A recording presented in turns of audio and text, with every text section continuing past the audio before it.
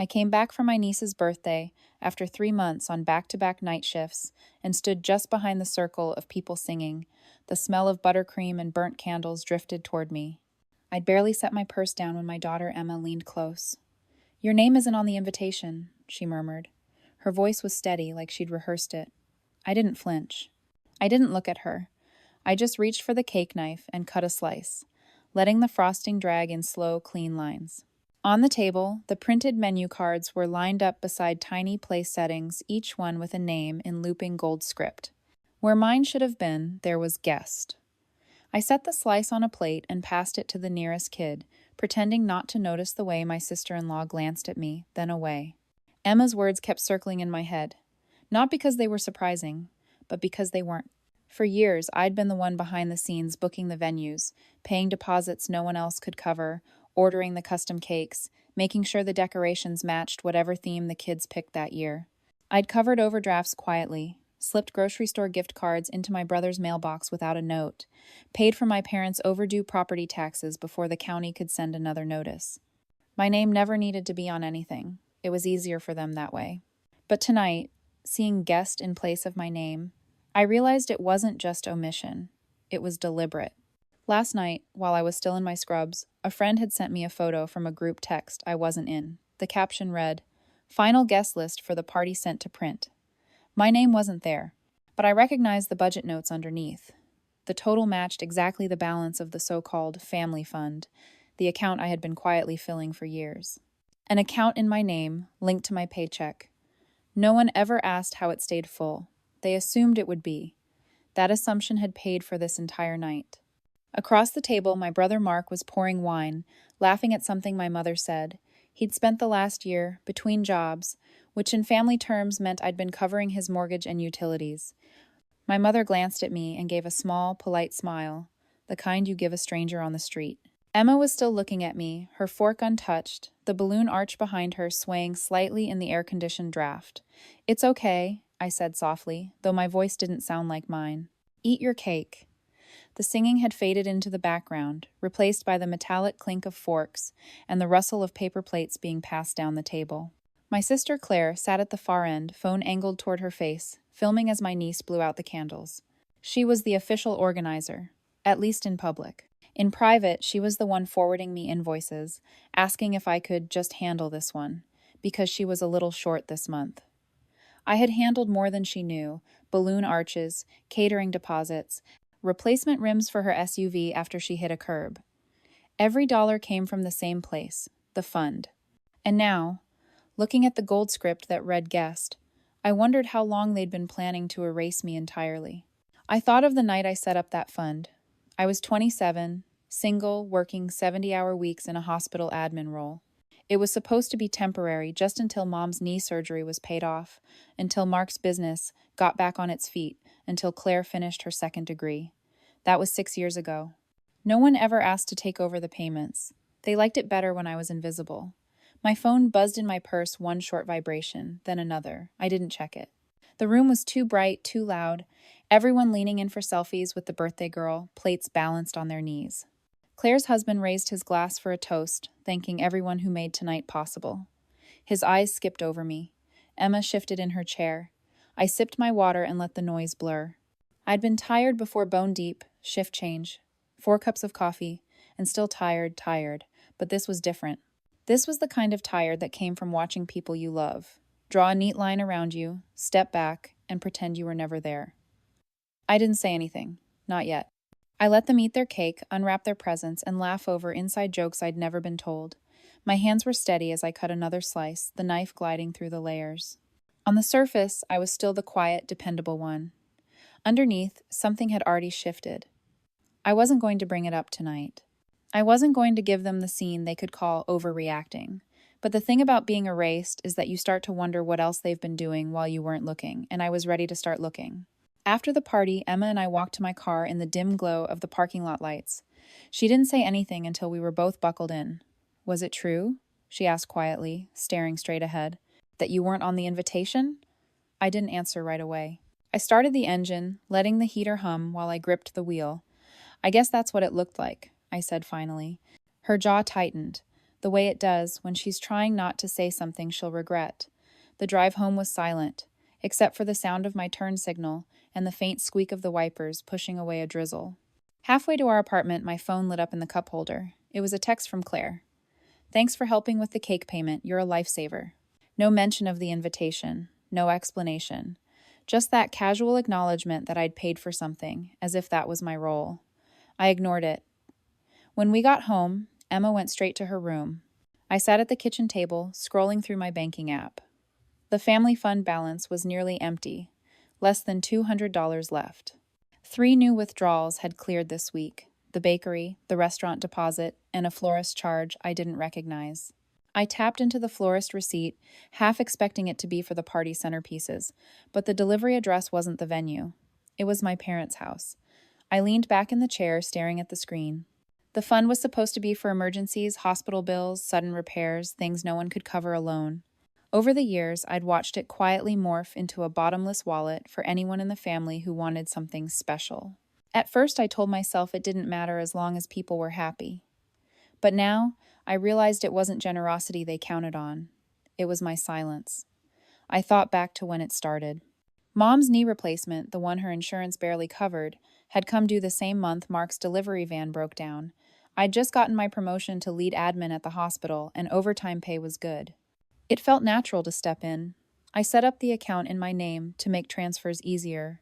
Mom insisted on calling it our safety net, but it was always my paycheck filling it. That first year, it paid for Mark's new transmission, Claire's tuition, and Dad's property tax. The next year, it was the roof repair at my parents' house, a root canal for Mark's kid, and a surprise anniversary trip for Mom and Dad that Claire swore they deserved. I never kept track for long until last year. Something about Claire's tone when she asked for just a little help with a car lease made me open a spreadsheet. That's when I started documenting every transaction. Groceries, $180. Gas card, $50. Home insurance premium, $1,200. Month after month, the list grew, and still, my name was nowhere. Not on cards, not on toasts, not on invitations. Only on invoices. I closed the banking app and stared at my laptop. Part of me wanted to log in right then and shut it all down, but another part knew that doing it now, right after the party, would give them ammunition. They'd call it vindictive. They'd say I was punishing everyone over something small. So I waited. Over the next week, the texts kept coming. A payment request from Mark for household supplies that totaled $312. A group chat message from Mom asking if the fund could cover a little extra for the church's spring banquet. Claire forwarded me a deposit slip for a venue this time for her own birthday dinner. Every time I saw the notifications, I thought about Emma's face when she told me about the invitation. By Friday, I'd made up my mind. That night, I stayed late after work, the office quiet, except for the sound of the cleaning crew down the hall. I opened my spreadsheet, reviewed every line, and then logged into the bank. I transferred the remaining balance from the family fund into my personal account. Then I canceled the automatic deposits from my paycheck. My heart was steady as I clicked, confirm. I wasn't angry anymore, just done. When I got home, Emma was at the kitchen counter with her textbooks spread out. "You're home late," she said without looking up. "Yeah," I replied, pulling off my coat. "Had some things to finish." She glanced at me then, like she could tell something had shifted. I didn't explain. Saturday morning the calls started. Claire first, then Mom, then Mark. None of them left voicemails. By afternoon, the texts were piling in. "The venue says the payment bounced. Did you forget to transfer? We need this sorted today." I didn't answer any of them. That evening, as I was making tea, Emma walked in with her phone in hand. "Mom," she said slowly, "Aunt Claire just texted me asking if I could remind you about the fund." I took a sip of tea and set the mug down. "You don't need to answer her," I said. Emma studied me for a moment, then nodded. "Okay." Outside, the streetlights flickered on. The apartment was quiet, just the low hum of the refrigerator and the faint ticking of the wall clock. For the first time in years, I felt the air around me loosen. It wasn't freedom yet, but it was the first step, and I knew the next call from them wouldn't be a request. It would be the moment they realized the rules had changed. By Sunday morning, they'd stopped pretending it was a misunderstanding. Claire's name flashed on my phone for the 5th time before 9 a.m., followed by a single text: "You're ruining everything." I set the phone face down on the counter and poured more coffee. Emma was still asleep, her door closed. The silence in the apartment felt almost fragile, like if I moved too fast I might shatter it. Around noon, there was a knock at the door. It wasn't a neighbor's polite tap. It was heavy, insistent. I opened it to find my mother standing there, clutching her coat at the collar. "We need to talk," she said, brushing past me before I could answer. She went straight to the kitchen, spotted the coffee pot, and poured herself a mug like she still lived here. "Your brother's mortgage payment bounced. The church banquet is in 2 weeks. Claire's deposit is non-refundable. You can't just walk away like this." I leaned against the counter. I didn't walk away. I stepped back. "You all told me it was time I took a break. I'm just honoring that." Her head snapped up. "Don't twist this. You know we didn't mean it like that." I took a slow sip of coffee. "I think you did." She set her mug down harder than necessary. "You're making a point at everyone else's expense." "No," I said evenly. "I'm finally making a point at my own expense." For a moment, neither of us spoke. Then she reached into her purse and pulled out an envelope, sliding it across the counter. "This came yesterday. I think you should see it." I opened it, half expecting another bill or venue invoice. Instead, it was a notice from the bank application denied. Business loan. Amount requested, $85,000. Co-signers, my parents. Applicant, Claire's full name. My own name was listed in the previous account holder field for collateral. I stared at it, my pulse suddenly loud in my ears. "You tried to take out a loan in my name?" I asked quietly. Mom didn't meet my eyes. "We thought it would be easier to get approved if—" "If what?" I cut in. "If you kept me in the dark until the debt was mine?" She straightened in her chair, her voice sharpening. "We weren't going to let anything happen to you. We just needed to move quickly, and your name carries more weight than yours," I finished. "That's the only part you've got right." I pushed the papers back toward her. "Get out. Emma will think—" "Emma," I said, lowering my voice, "will think whatever she wants. But she'll know I didn't let you put me in debt to cover a party and a church banquet." Mom stood slowly, her jaw tight. "You've changed." I met her gaze. "Number?" "I've stopped pretending I haven't noticed." She left without another word. I waited until I heard the elevator doors close before I sat back down. My hands were steady, but my chest felt heavy. I opened my laptop and began scanning through the family fund account history again, this time looking for anything tied to loan inquiries or credit checks. Within 15 minutes, I found 2 more hard pulls from last month. One from a credit union I'd never used, another from a financing company that specialized in small business equipment. Both were flagged as applicant, family trust, co-applicant, my name. My coffee had gone cold by the time I finished saving the evidence into a folder. I sent everything to my attorney with a short message. "We need to talk Monday.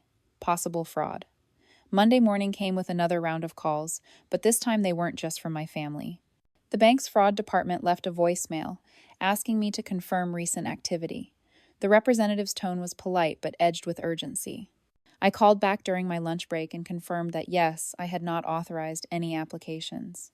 When I hung up, my phone buzzed with a new message from Mark. "If you think this is going to end well for you, you're wrong." I didn't reply. That evening, Emma came into the living room holding her phone. "Aunt Claire called me at work today," she said. "She said you're making a mistake, that we're all family and you don't just quit on family." I looked at her. "What did you say?" I told her maybe she should have thought of that before she left your name off the invitation. A slow, sharp kind of pride moved through me. "Good answer," I said. She sat down beside me. "Are they in trouble?" I hesitated. "Not yet, but they will be." She was quiet for a moment. "Does that make you happy?" I shook my head. "It doesn't make me happy. It makes me, lighter." We didn't talk about it again that night, but I could feel it somewhere between the cold coffee, the bank notices, and Emma's quiet defense. Something had shifted for good. I wasn't their safety net anymore. And the real shock for them wasn't that I'd stopped catching their falls. It was that I'd stopped watching them happen. ChatGPT said. 3 days later, I was standing in the self-checkout line at the grocery store when my phone buzzed with a number I didn't recognize. Normally, I would have let it go to voicemail, but something in me wanted to know who else they had dragged into this. "Hello?" A clipped male voice came through the line. "This is Detective Harris with the Financial Crimes Division. Are you available to discuss a report of attempted identity fraud filed in your name? The words landed cold. I stepped out of line, letting the woman behind me pass, and pressed the phone tighter to my ear. He confirmed the dates, the loan amounts, the cosigner names. It was everything I had already found, but hearing it from law enforcement made it real in a way my spreadsheet hadn't. We'll need you to sign an affidavit, he said, and we may need to speak with the individuals listed. My pulse was steady now, my voice calm. You can speak with whoever you need to. By the time I got home, Emma was already there, sitting cross-legged on the couch with her laptop. You're home early, she said. I dropped the grocery bag on the counter. Detective called. I told her. It's official now. She closed the laptop slowly. Does that mean? It means, I cut in gently, that whatever happens next is out of my hands, and that's exactly how I want it. The rest of the evening was quiet, but underneath it I could feel a current building. They weren't going to back down. They weren't going to admit anything. They were going to spin, deflect, try to turn this back on me.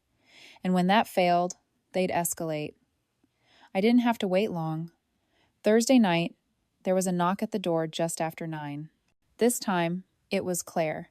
She didn't wait for an invitation. She stepped inside, looking around like she was checking for an audience. You've really outdone yourself, she said, dropping her purse on the chair. Dragging the police into this? Over a misunderstanding? I stayed by the kitchen counter. A misunderstanding is forgetting someone's birthday. This was forgery. Her eyes narrowed. You're acting like you're the only one who's ever helped this family. You're not. We all make sacrifices. I took a slow breath. Sacrifice is when you give something of your own. Taking my name, my credit, my money, without asking, isn't sacrifice. It's theft. She gave a short, bitter laugh.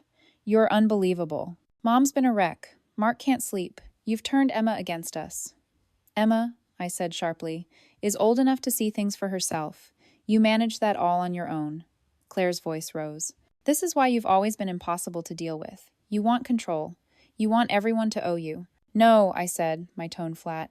I wanted everyone to stop pretending they didn't. For a second, something flickered in her eyes, not guilt but recognition. She knew I had her cornered. She reached for her purse. You'll regret this, she said, moving toward the door.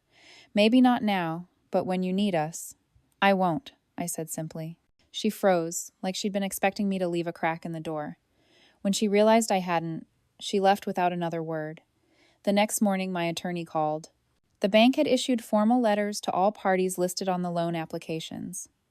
If they couldn't produce proof of my consent, the applications would be marked as fraudulent.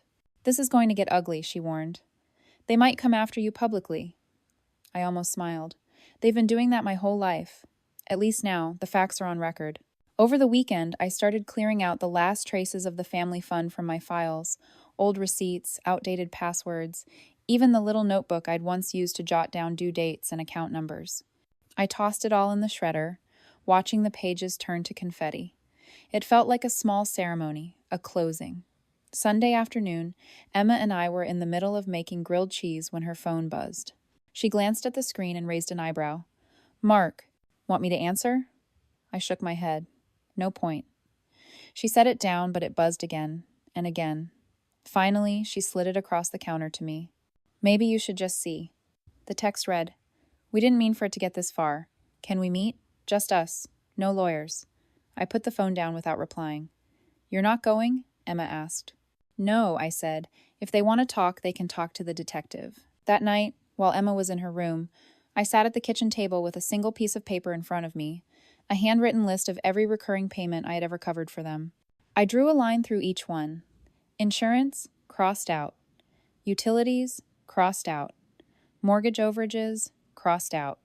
The page looked lighter with each mark. By the time I reached the bottom, I realized my chest felt lighter too.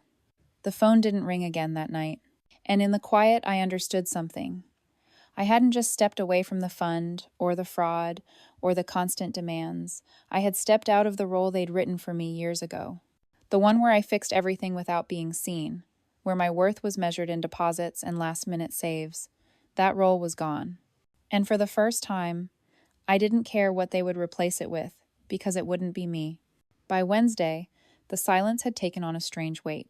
No calls from Mark, no texts from Claire, Not even a passive-aggressive Facebook post from Mom. I knew it wasn't peace. It was the pause before they tried a different angle. Sure enough, late that afternoon, my building's intercom buzzed. The voice was low, almost tentative. "It's your father." I considered ignoring it, but curiosity won. When I opened the lobby door, he was standing there in his work jacket, holding a manila envelope. He didn't step inside, just handed it to me. "Thought you should have this?" His voice was gruff, but there was something else there, fatigue, maybe.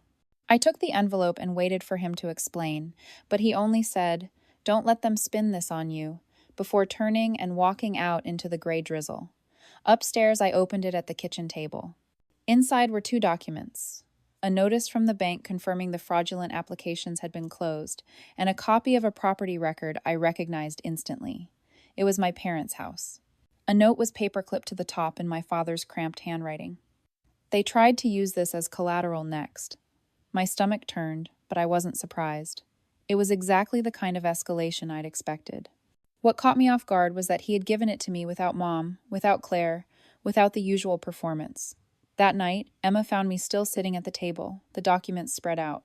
"Is that from him?" she asked. I nodded. She poured herself a glass of water, then leaned against the counter. "Do you think he's on your side?" I thought about it. "I think he's starting to realize what side he's been on all this time." The next morning, I took the documents to my attorney. She scanned them quickly, then looked up at me. "If they'd gone through with this, you could have been responsible for hundreds of thousands in debt. You understand that, right?" I did. And I understood something else. They hadn't stopped because they felt guilty. They'd stopped because the risk of getting caught had finally outweighed the payoff. That weekend the inevitable happened. They showed up together. I was folding laundry when the knock came. Emma opened the door before I could stop her, and suddenly my living room was crowded with my mother's perfume, Claire's bright scarf, and Mark's restless pacing. "We're here to make this right," Mom announced like she was delivering good news. "We'll pay you back," Claire added quickly, though her eyes darted away. "Not all at once, obviously, but we'll set up something. Just don't let this go any further." I stayed seated, folding the last of the towels. "This isn't about money anymore," I said. Mark scoffed. "Of course it's about money. You're acting like we tried to ruin you." "You did try," I said evenly. "The only reason you failed is because I caught you." No one spoke for a moment, then Mom stepped forward. "We were desperate. You've never been desperate?" I looked at her. "I've been desperate plenty of times. I just didn't solve it by stealing from my family." Claire crossed her arms. "So that's it? You're just going to cut us off forever?" I placed the folded towels in a neat stack and stood. "I'm going to protect myself. If that feels like being cut off, that's on you." Mom's face tightened. "You're throwing away your family." "No," I said, moving toward the door. "I'm letting go of people who think family is a word they can hide behind when they want something." They didn't argue after that. They left in a flurry of coats and muttered words, the door clicking shut behind them. The quiet they left felt cleaner than before. Over the next few days, I noticed the absence of their presence in ways I hadn't expected. My phone stayed on the counter without buzzing. My mailbox held only bills and junk flyers, not hastily scrawled notes about urgent expenses. And in the space they'd vacated, I found myself thinking less about what they might do next and more about what I might do now. On Friday night, Emma and I made dinner together. Nothing fancy, just pasta and garlic bread, but it was the first meal in months where I didn't glance at my phone halfway through. After we ate, she lingered at the table. "So, does this mean it's over?" I smiled faintly. "It means the worst part is over. The rest is just them figuring out how to live without me as their safety net." She nodded slowly. "Do you think they'll ever get it?" I thought about the property record in my father's handwriting, the way he couldn't quite look me in the eye. "Maybe one of them will," I said. "But if they don't, that's not my problem anymore." That night, after Emma went to bed, I put the property record in the same drawer where I kept my passport and birth certificate. Not because I needed it for court anymore, but because it was proof of what they'd tried, of what I'd stopped, and of the moment I decided I was done. I turned off the light, and for the first time in a long time, I didn't feel the weight of waiting for the next blow to land. It already had. And I was still standing. The morning of the court date was cold and bright, the kind of weather that makes everything look sharper. Emma came with me, not because she had to, but because she wanted to. We sat in the hallway outside the courtroom, the low murmur of other cases around us. Claire arrived first, in a blazer that still had the store's fold lines pressed into it. Mark trailed behind, wearing a tie like it was strangling him. Mom came last, lips pressed so tight they looked bloodless. None of them looked at me. When our case was called, we took our seats. Their attorney opened with exactly what my lawyer predicted. The funds in question were gifts, freely given over a period of years. There was no formal contract or obligation for repayment. I kept my eyes on the judge, not on them. My attorney stood and slid a thick binder across the table. We have records showing the plaintiff's stated purpose for these funds, including text messages, emails, and receipts, clearly marking the money for specific expenses on behalf of her daughter. We also have documentation of multiple fraudulent loan applications listing the plaintiff as co-signer without her consent. The judge flipped through the binder, pausing at the loan documents. "These signatures are identical to the plaintiff's legal signature," he said. "How do you explain that?" Their attorney shifted uncomfortably. "My clients believed they had implied permission." The judge cut him off. "Implied permission is not legal authorization." Claire shot me a look then, one that was part glare, part plea. I didn't return it. When it was my turn to speak, I kept it simple. For years, I provided financial support to my family, covering expenses they couldn't manage. This was done in good faith, but the loan applications crossed a line. I never agreed to be financially responsible for those debts, and I will not be. My voice didn't shake. The judge asked a few clarifying questions, then said he'd review the evidence and issue a written decision within the week. Outside the courtroom, they clustered together, whispering. Emma and I walked past without stopping. In the parking lot, she asked, "Do you think you'll win?" I thought about it for a moment. "I think I've already won. Whatever the court decides, I'm not going back to the way it was." 2 days later, the decision arrived. The court found in my favor, ordering them to reimburse specific amounts tied to documented misuse and prohibiting them from using my name or credit in any financial transactions going forward. The reimbursement would come in installments, but the legal barrier was immediate. I read the letter twice, then handed it to Emma. "It's over," she said, a small smile breaking across her face. "It's over," I agreed. That night, my phone lit up with a text from my father. I told them they brought this on themselves. They don't want to hear it, but I wanted you to know. I didn't reply, but I didn't delete it either. The next morning, I woke to an inbox full of silence. No demands, no forwarded bills, no urgent requests. The quiet felt different now. It wasn't the pause before another attack. It was space. Real space. Emma noticed it too. We made breakfast together, unhurried, the way we never used to on weekdays. While she buttered toast, she said, "So what happens now?" I poured coffee and considered the question. "Now," I said, "we figure out what we want without having to ask who's going to drain it from us." She nodded, like she understood.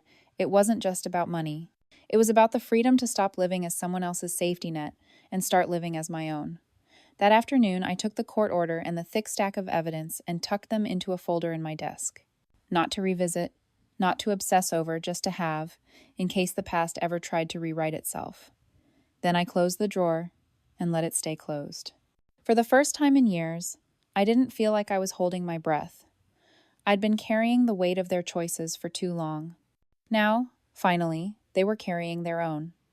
2 months after the court decision, their names had become background noise, familiar but distant, like a song you used to know all the words to but haven't heard in years.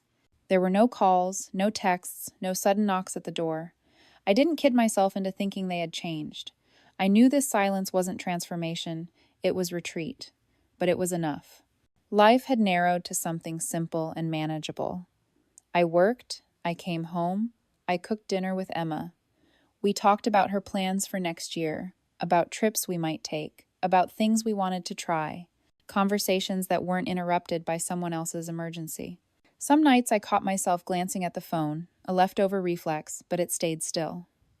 One Sunday morning, I stopped by the small bakery near our apartment to pick up bread. As I was paying, I heard a voice behind me, my father. He looked older than I remembered, the lines deeper, the posture heavier. "I'm not here to start anything," he said quickly.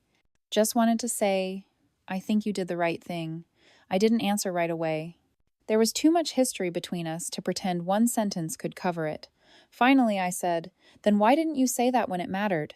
He lowered his eyes. I didn't know how. It wasn't an apology, but it was the closest he could manage. I nodded once, then left with my bread. Outside, the air felt warmer, the sky the pale blue of early spring. That night, Emma and I ate on the balcony. She was telling me about a new class she wanted to take when she stopped and said, "You seem lighter." I thought about it. "I guess I am." She smiled. "Good. I like you like this." After dinner, we had cake, just a small one from the bakery. As I cut it, I remembered the birthday that started all of this, the gold script place cards, the guest where my name should have been. I set a slice on her plate and another on mine. She caught my eye. "No invitations required," she said again, and we both laughed. In that moment, I realized something I hadn't before. It wasn't the court order or the repayment plan or even the silence that made me feel free. It was the fact that I had stopped waiting for them to see me, to value me, to treat me like family. I had stopped holding space for people who had no intention of showing up in it. Before bed, I took the box from the back of the closet, the one with the documents, the emails, the note from my father. I looked through each piece, not with anger this time, but with the calm detachment of someone reading a finished story. Then I closed the lid and slid it back into place. I didn't need to burn it or throw it away. It was enough to know it was there if I ever needed to remember, and even more enough to know I probably never would. Lying in bed later, I thought about the years I had spent as their safety net. How natural it had felt to fix things, how quietly the resentment had grown under the surface, and how, in the end, the worst thing they could imagine me walking away had been the best thing I ever did for myself. In the quiet dark, I understood that they might still tell their version of the story to anyone who would listen. They might call me selfish, cold, ungrateful, but they would never call me again for help, and that was the real victory. Somewhere in the apartment, the fridge hummed, the clock ticked, and Emma's soft music played from her room. Ordinary sounds, but they felt like a promise. Whatever came next, it would be ours, unclaimed by anyone else's demands. And as I drifted towards sleep, I thought, they didn't lose me in the courtroom, or at the diner, or in the weeks of silence that followed. They lost me the moment they mistook my generosity for obligation. Everything after that was just me finally walking out the door.